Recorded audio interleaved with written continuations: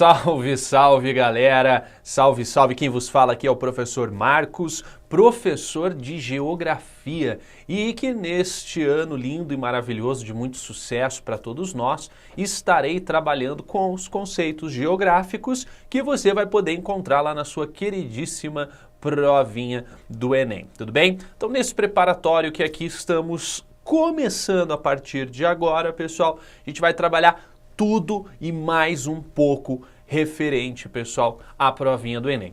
Bom, então vamos lá, gente. O negócio é o seguinte. Eu estarei com vocês dividido aí em duas frentes da geografia. Então você vai ver que a gente vai ter aulinhas da geografia geral, que é essa aula aqui que a gente está começando, é a primeira aula da frente da geografia geral, mas a gente também vai ter frente ali da geografia do Brasil. Então a gente vai ter bastante informação para falar do todo e falar também do Brasilzão. Bom, dividir a geografia em geral e Brasil é super comum, você com certeza já viu em inúmeros materiais, né, essa divisão, o material que você usa, né, então vai dividir lá em geral Brasil. E por que ter uma parte do Brasil? Porque todas as grandes provas, vamos, né, não só o Enem, outras grandes provas de concursos vestibulares, elas tendem a retratar a realidade do nosso país, porque é a realidade de nossa vivência. Então é super importante estar falando do geralzão, mas sempre dá uma especificada em Brasil, tudo bem? Bom, no geralzão eu incluí para vocês um tema que é a cara da geografia, velho, que é a cartografia. Tudo bem? E lógico, dentro da cartografia a gente vai trabalhar um monte de coisa. Então, tipo assim, cartografia não é uma coisa que eu vou trabalhar com vocês em uma aula. É grandão, cara, tem muita coisa para falar, então a gente vai dividir isso em mais aulas. Lógico que eu não ia fazer isso numa aula só, porque daí eu ia ficar trocentas horas falando de cartografia, eu não ia aguentar, você não ia me aguentar, né? Ia ficar uma coisa insustentável. Então a gente dá uma separadinha para você ir lá estudar um pouquinho uma parte, faz um exercício, pratica, lê, aí vai lá, assiste a outra aula, mesma coisa, pratica, lê, faz um exercício e tudo mais. Os temas que eu separei para vocês para essa primeira aula estão aí, ó. Então você está vendo a geografia geral comigo, o professor Marcos, e nossos primeiros temas de cartografia estão ali. Nós vamos falar um pouquinho dos tipos de mapas, coordenadas geográficas e orientação. Bom, não vou seguir necessariamente essa ordem. Eu gostaria e farei, a partir de agora, um trabalho inicial com as coordenadas geográficas. Gente, as coordenadas geográficas, elas têm uma jogada muito legal, porque elas não servem só para dar mais trabalho para você, mais coisa para você estudar. Tudo que você acaba estudando tem alguma utilidade pública, eu costumo dizer, não é? Tem alguma utilidade. Por que o ser humano criou aquilo? Por que o ser humano estuda aquilo de fato? E as coordenadas geográficas, elas são nada mais, nada menos, pessoal, do que um endereço de um ponto qualquer da superfície terrestre. E o Enem já cobrou questões sobre definições de coordenadas, já cobrou coordenadas, inclusive na prova de, pessoal, matemáticas e suas tecnologias, que a gente chama de ciências exatas, não é mesmo? E aí o que acontece? Você precisa muito saber como funciona o sistema de coordenadas para ter sucesso na sua vida como candidato a distintas provas de vestibular, ou a prova do Enem. Vamos lá, então, olha que eu trouxe aqui para vocês um esqueminha das coordenadas geográficas distribuídas pelo planeta Terra. Gente, as coordenadas geográficas, elas são muito antigas, né? Então, existem registros históricos de que os antigos babilônicos, pessoal, já há muito tempo, nós estamos falando de milênios atrás, eles já desenvolviam técnicas para tentar localizar pontos na superfície terrestre. Lógico que isso vai ser ampliado, pessoal, e desenvolvido lá no século II por um cara chamado Cláudio Ptolomeu, ok? E ele pensou, pessoal, primeiramente na Terra como uma forma esférica, e se a Terra era de fato esférica, nós poderíamos considerar a superfície da Terra como a superfície de uma esfera. E aí a gente vai para a matemática basicona, que quando eu falo em matemática pode até te dar uns 18 tipos de agonia, mas não é bem assim não. Olha como é fácil pra caramba. Vamos entender então como é que funciona a lógica das coordenadas? Primeiro, eu vou começar aqui com as linhas de latitude. Então a gente está vendo aqui as linhas de latitude, tudo bem? O que a gente vai perceber? Que as linhas de latitude, elas são círculos imaginários que dão a volta na Terra e que vão variar, pessoal, de norte até sul. Viu só que coisa? Então vai variar de norte para sul. Gente, quando eu falei que são círculos imaginários que dão a volta na Terra, é só a gente pegar aqui como referência a nossa primeira linha de latitude aqui, de medição de latitude, que é a linha do Equador. Famosona, todo mundo conhece, está até o nome ali representado ao lado direito da imagem. Linha do Equador. Na linha do Equador, nós temos aqui, ó, vocês estão vendo, 0 grau de latitude, certo? E quanto mais as linhas se afastarem do Equador, seja essa, ou essa, e essa, quanto mais elas se afastam, a gente vai vendo que os graus aumentam. Então, por exemplo, aqui, ó, nessa linha que eu vou traçar aqui para vocês, olha só, bastante atenção. Nessa linha que eu vou traçar, vocês já verificaram ali quantos graus, não é? Então, 30 graus, ok? E assim vai, até chegar ao nível máximo, que é o nível de 90 graus, certo? Percebam que o mesmo vale para o hemisfério sul. Então as linhas elas vão se afastando do Equador e os graus vão, pessoal, aumentando, chegando até 90 graus no sul. Só cuidado com uma coisa. No meu desenho, para norte aumenta, ou seja, nós temos números e valores positivos. Então ele vai de 0 até mais 90. Percebendo que para o hemisfério sul tem um menos ali na frente? Vocês estão vendo aqui no desenho menos? Olha lá. Então, de 0 até menos 90, pessoal. Galera, isso é, né, uma definição imposta pelo ser humano. Então, quando eu falo de latitude para norte é positivo, certo? E para sul é negativo, beleza? Então, fica essa definição. Por que de 0 até 90? Foi aleatório? Não. Pense, pessoal, se na lógica das coordenadas a Terra é algo próximo de esférico, ou seja, podemos considerar a Terra como uma esfera, é justo a gente dizer o seguinte. Imagine que você vai começar uma viagem na linha do Equador, você vai dar uma volta perfeita na Terra e, obviamente, vai terminar no mesmo ponto. Na linha do Equador, ok? Então vamos lá. Você deu uma volta na Terra, que é uma esfera, ok? Essa volta não foi um círculo? Não foi isso? Uma esfera, ela é constituída de infinitos círculos, por isso que ela é uma esfera, ela é tridimensional. Agora, para dar uma voltinha perfeita nela, você vai passar por um círculo, ok? Um círculo, ele tem quantos graus? 360 graus. Então, quando você dá essa volta completa aqui, ó, e termina lá no mesmo ponto, você se deslocou por 360 graus. Agora, volta comigo aqui no desenho, vamos entender uma coisa. Olha só que interessante. Quando eu saio da linha do Equador, neste ponto aqui, né? Vou até mudar a cor da caneta ali para não ficar, na verdade, para ficar mais prático para vocês entenderem, né? Então, eu vou usar aqui um laranja. Esse aqui. Então, quando você sai desse ponto e ruma em direção ao polo, e você vai até o polo e chega lá, o que aconteceu? Se a volta inteira dá 360 graus, quando você saiu aqui da linha do Equador e foi até o polo, você fez o quê? 1/4 do trajeto total. E 1/4 de 360 é igual a 90 graus. Então é por isso, gente, entenderam? Esse 0 até 90, a variação do centro, linha do Equador, até os polos é 90, porque você vai deslocar ali 1/4 de círculo. Tudo bem? Beleza? O mesmo vale para qualquer ponto aqui. Então, se eu começar aqui, ó, que loucura, eu vou até o polo 90. Comecei em 0, 90. Aqui, ó, mesma coisa. Opa, até lá 90. Lá do outro lado, ó. Comecei em 0 na linha do Equador. Opa, vou até, chego lá em cima, 90 graus. Vou me deslocando até 90 graus, ok? O mesmo vale para o hemisfério sul, certo? Agora vamos lá, gente, é numerado. Então, com base nesses valores, você pode dar lá uma certa localização. Então, eu posso chegar para vocês e falar assim, ó, galera, vai rolar lá um festerê lá em casa, tá todo mundo convidado, ok? Todo mundo convidado. E aí eu vou dar o endereço da minha casa.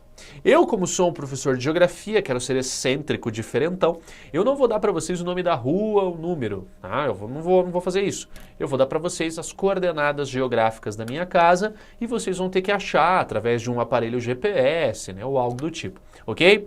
Então eu chego para vocês e falo assim, ó, prestem atenção, vou dar a latitude da minha casa. A latitude da minha casa é de 25 graus hemisfério sul, ou menos 25 graus, né? Mesma coisa. E aí, gente, paro por aí, tá dado o endereço, grande abraço, a gente se vê. Provavelmente eu não vou ter muito interesse assim, em que você vá até a minha festa, né? Por quê? Porque tá faltando dado. Se eu falar para vocês que minha casa fica a 25 graus sul de latitude, isso é uma linha que percorre a Terra. Eu preciso fazer o quê? Cruzar esse dado com uma linha de longitude, que a longitude está representada aqui do lado direito da nossa imagem. Olha só que coisa interessante. Então aqui, gente, vou fazer com verdinho aqui, ó. A longitude é medida pelo meridiano de referência, né? Ela começa a medição ali no 0 grau de longitude no meridiano de Greenwich.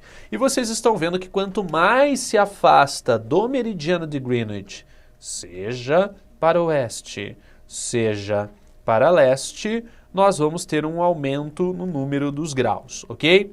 Quando é para hemisfério oeste, para o hemisfério oeste, você está vendo que ele vai ali, né, com os números negativos, então menos 30, menos 60 e por aí vai, até chegar a menos 180, ok? Menos 180, porque quando eu falo de oeste, eu estou falando de valores negativos. O mesmo vai valer para o leste com um pequeno detalhe. Agora é em valores positivos. Vai começar em 0 no meridiano de Greenwich e ir até mais 180. Gente, se eu casar esses dados, eu encontro um ponto específico na superfície da Terra. Então, por exemplo, se eu disser para vocês que a minha casa, ela fica a 25 graus de latitude sul vamos ver aqui, ó, sei lá, 42 graus de longitude oeste, esse é meu 4, ele é feio assim mesmo.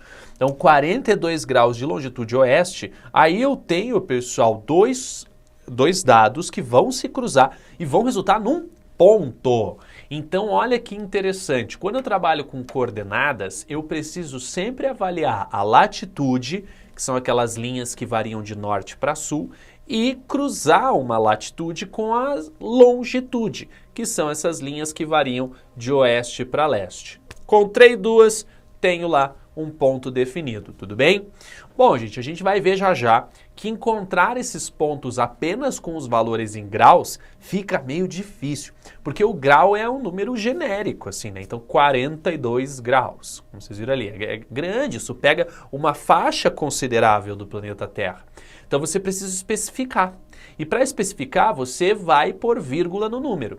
Como a gente está trabalhando com graus, a gente não põe vírgula. A gente vai trabalhar com graus, minutos e segundos. Então eu estou dando maior detalhamento da onde fica tal lugar. Tudo bem? Bom, vamos lá. Dando sequência aqui, pessoal, olha só que interessante. Estou mostrando para vocês ali, né, que, por exemplo, as linhas de latitude, algumas delas são referenciadas para dar nome, né, pessoal, a trópicos, os círculos polares e por aí vai. Então, só para vocês terem uma ideia, né, gente, se a linha do Equador, isso aqui, né, nós estamos mostrando as principais linhas de latitude, né? Que foi ali a primeira que eu expliquei, que são essas linhas paralelas, que são círculos que dão a volta lá na Terra, tudo bem? Na linha do Equador, a gente vê o quê? 0 grau, como eu já defini para vocês. Agora, se você for analisar os trópicos, pessoal, olha só que interessante. Eles têm lá cerca de 23 graus, 27 minutos e 30 segundos, ok? O trópico de Câncer é para o hemisfério norte, então isso é um valor positivo. E o trópico de Capricórnio, como é para o hemisfério sul, é um valor negativo, de menos 23 graus, 27 minutos e 30 segundos, ok? Ali eu pus NS no final, eu estou indicando o hemisfério, não preciso pôr mais ou menos, tudo bem?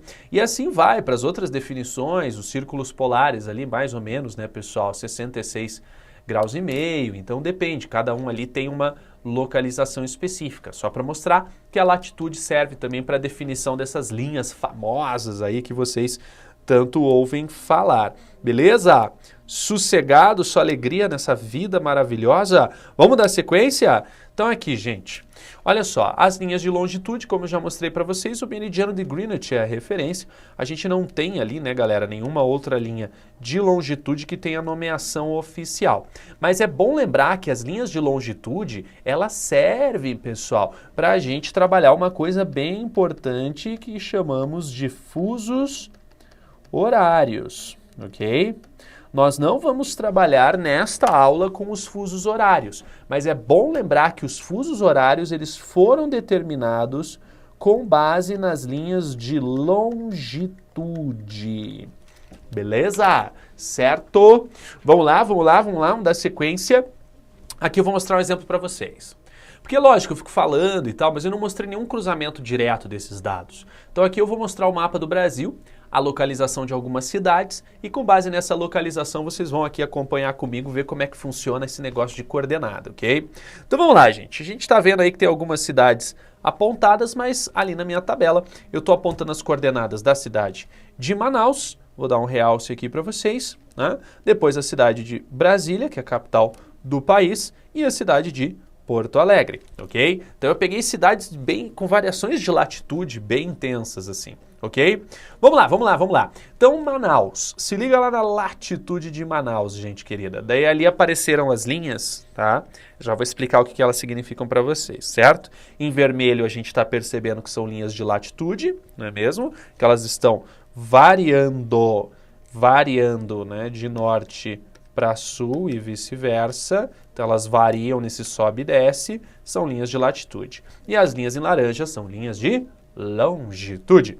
Bom, vamos lá, gente. Percebam o seguinte aqui, ó. Opa! Vamos lá. Tô no vermelhinho aqui, nós vamos começar com a latitude, que é em vermelho. Olha lá a latitude de Manaus. 3 graus, 6 minutos, 7 segundos, sul. Aqui está a linha do Equador, né? Essa linha aqui que a gente está vendo, né? Eu vou tracejá-la. Então, tudo que está ao sul está, obviamente, no hemisfério sul, só uma pequena parte do território brasileiro está no hemisfério norte, tudo bem? Mas, então, se você já evidenciou, posso apagar aqui para não ficar poluindo a nossa explicação. Então, Manaus está ali, 3 graus. Perceba que Brasília tem latitude maior, de 15 graus. Sim, é óbvio, professor, porque está mais distante da linha do Equador.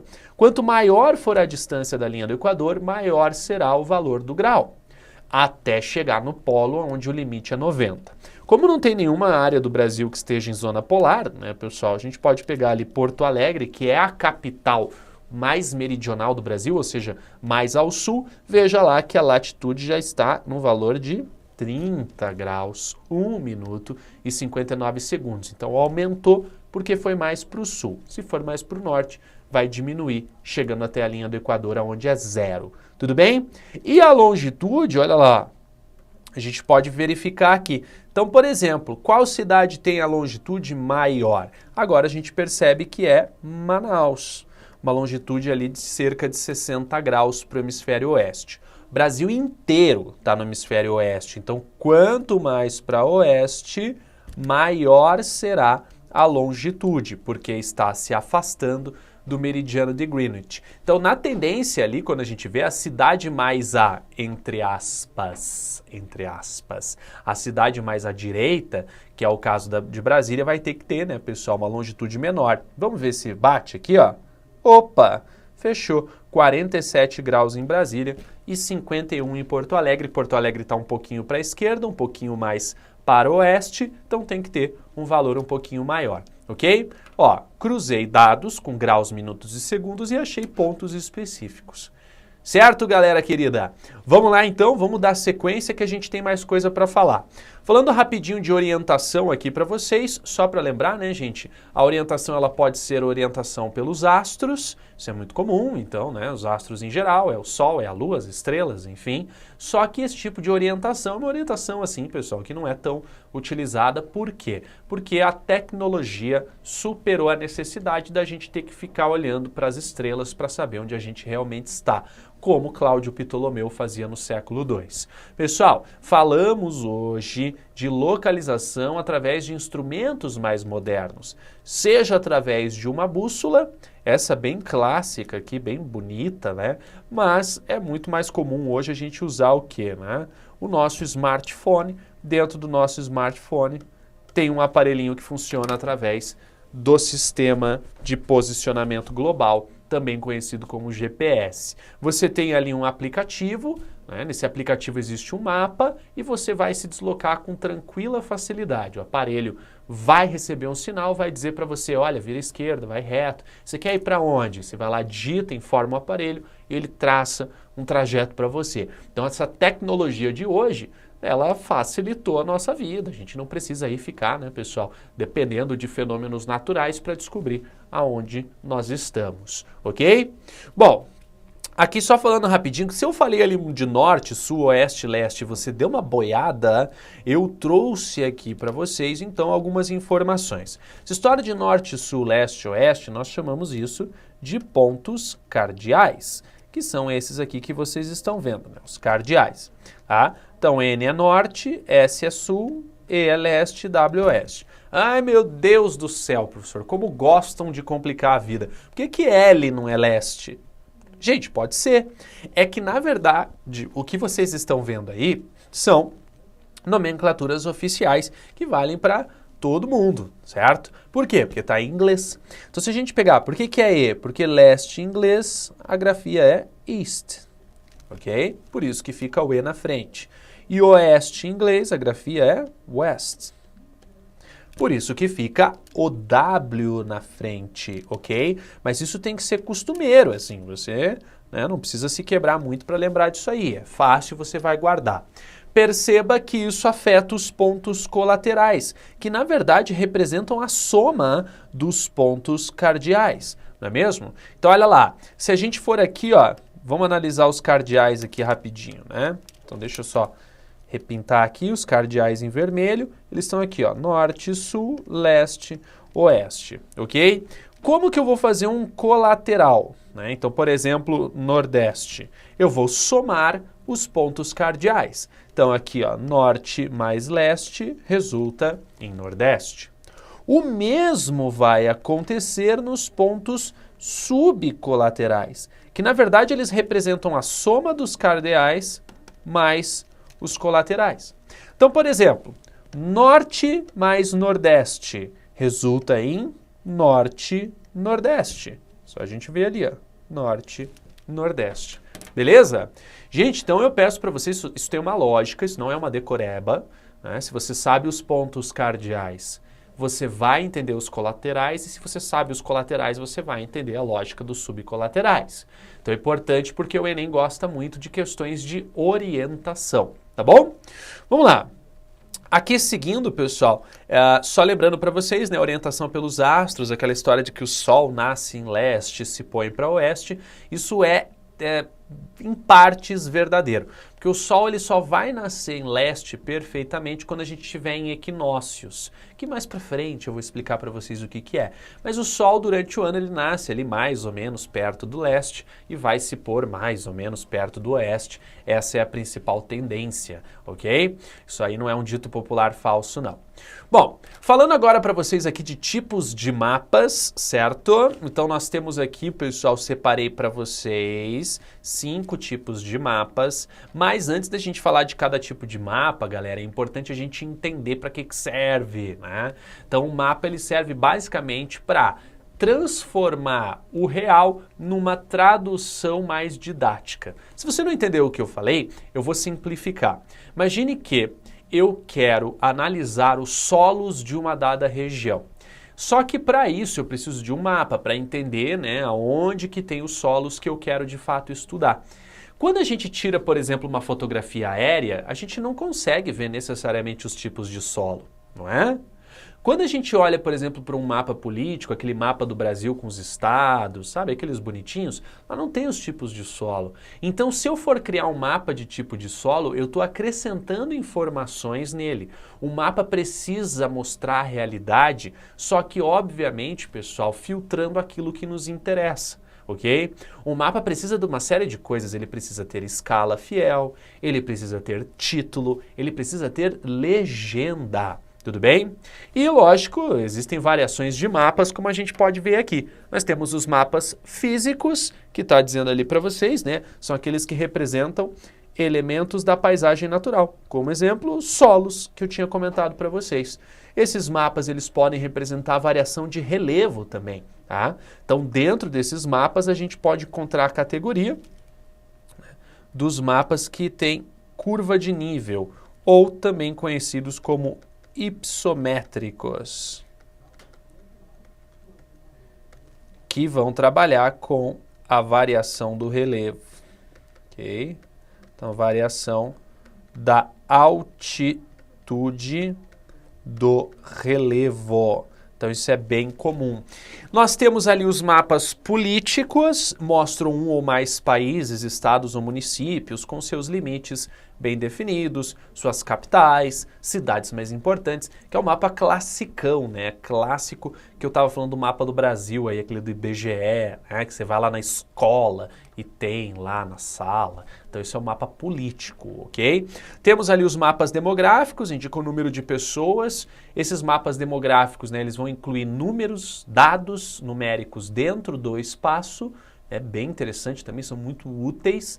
Ali a gente tem os mapas econômicos, que vai apresentar riquezas, né? Então, sei lá, vou fazer um mapa da distribuição de indústrias no Brasil, do PIB do Brasil por estados, né? Então, é um mapa econômico. E o mapa histórico é aquele que mostra fatos importantes que já aconteceram naquele espaço, mas geralmente não acontecem mais. Então, vou mostrar para vocês como é que é o mapa do Brasil, lá o mapa político do Brasil em 1913. Olha que legal. Ele também é um mapa histórico, porque ele está mostrando uma divisão ali de estados que não existem mais. Então, ele está mostrando Goiás ali, ó, não tem o estado de Tocantins, era tudo Goiás. Ele está mostrando como era na época. Então, mapa histórico também é importante, né, pessoal? Mostrar lá a expansão da Alemanha nazista na Segunda Guerra. É um mapa histórico. Ele está mostrando um espaço real, mas uma situação que já aconteceu e que não é mais atual. Ok? Só alegria? E olha aqui um exemplo para vocês, também um exemplo muito legal. Isso aqui é um mapa de anamorfose, ok? Então, anamorfose é esse fenômeno que vocês estão vendo aí, ou seja, você vai distorcer a área de certos lugares para demonstrar um dado em questão. Essa anamorfose deste mapa / infográfico do site da Folha estava mostrando a distribuição da população mundial.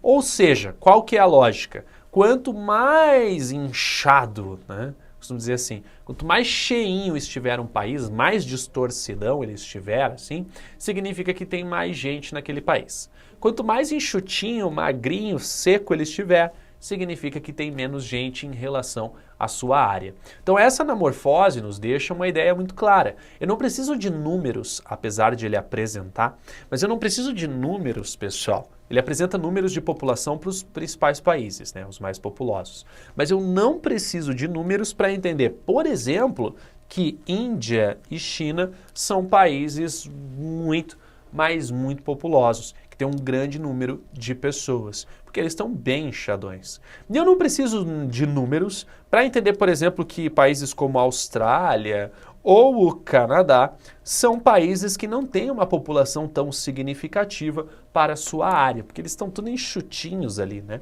E nessa anamorfose, perceba que o Brasil praticamente não tem distorção, porque a base da anamorfose é o Brasil. Então ele usa o Brasil como base para distorcer mais ou menos países. Ok, gente? Tá aí um exemplo. Espero muito que eu tenha aí explicado para vocês de maneira um pouquinho eficaz, nem que seja um pouquinho, para você ter entendido esses conceitos.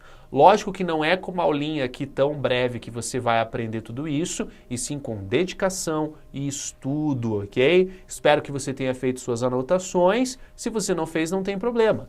Vai recapitular a aula, reveja os pontos que você tem em dúvida e lógico, pessoal, repito, estudo e dedicação para que você tenha sucesso e o seu sucesso é o meu sucesso, certo? Então, galera querida, estou assinando embaixo o atestado de sucesso, o seu atestado de sucesso. Essa é apenas a primeira aula, a gente tem uma longa jornada pela frente e eu espero muito que você nos acompanhe até lá. Sem preguiça, hein? Senão não tem como conquistar o que você tanto deseja. Valeu, galera, um grande abraço e até a nossa próxima aula.